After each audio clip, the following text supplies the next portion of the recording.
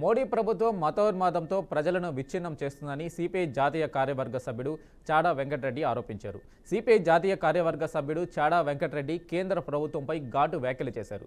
CPI శత జయంతి ఉత్సవాలు దేశవ్యాప్తంగా జరుగుతున్నాయని వెంకటరెడ్డి తెలిపారు. స్వాతంత్రోద్యమంలో దేశం కోసం వేలాది మంది ప్రాణాలు కోల్పోయారని ఈ సందర్భంగా గుర్తు చేశారు. కేంద్ర ప్రభుత్వం కార్పొరేట్ శక్తుల కనుసైగలో పనిచేస్తుందని మండిపడ్డారు. మోడీ జమిలీ ఎన్నికలను ముందుకు వస్తున్నాడని వెంకటరెడ్డి అన్నారు.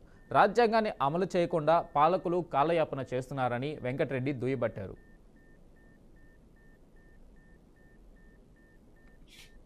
డిసెంబర్ 26 నుంచి దేశవ్యాప్తంగా ప్రారంభమైనాయి.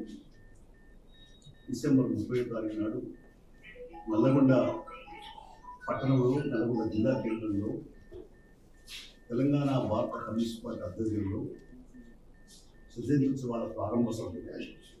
అందులో డి రాజా గారు, చాలా మంది ఆధ్వర్యంగా అక్కడ 99 ఏళ్ళుగా కమ్యూనిస్ట్ పార్టీ ఈ దేశంలో ఇదే ఆటుపోట్లు దేశ స్వాతంత్రంలో పోరాటం నుంచి,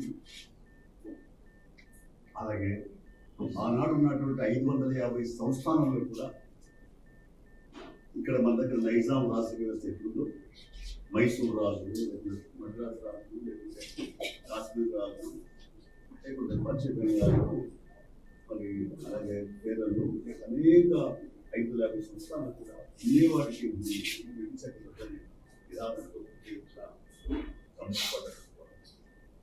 స్వాతంత్ర ఉద్యమంలో ప్రధాన పాత్ర పోషించి సంపూర్ణ స్వాతంత్ర్యాన్ని కల్పించింది సిపిఐ. అయితే అప్పుడు ఏంటి సిపిఐ ఇక్కడ కమ్యూనిస్ట్ పార్టీ కనుక ఈ దేశంలో వెలుగుతుంది, ఇక మా ఆటలు సాగమని బ్రిటిష్ వాళ్ళు అనేక కుట్ర చేసి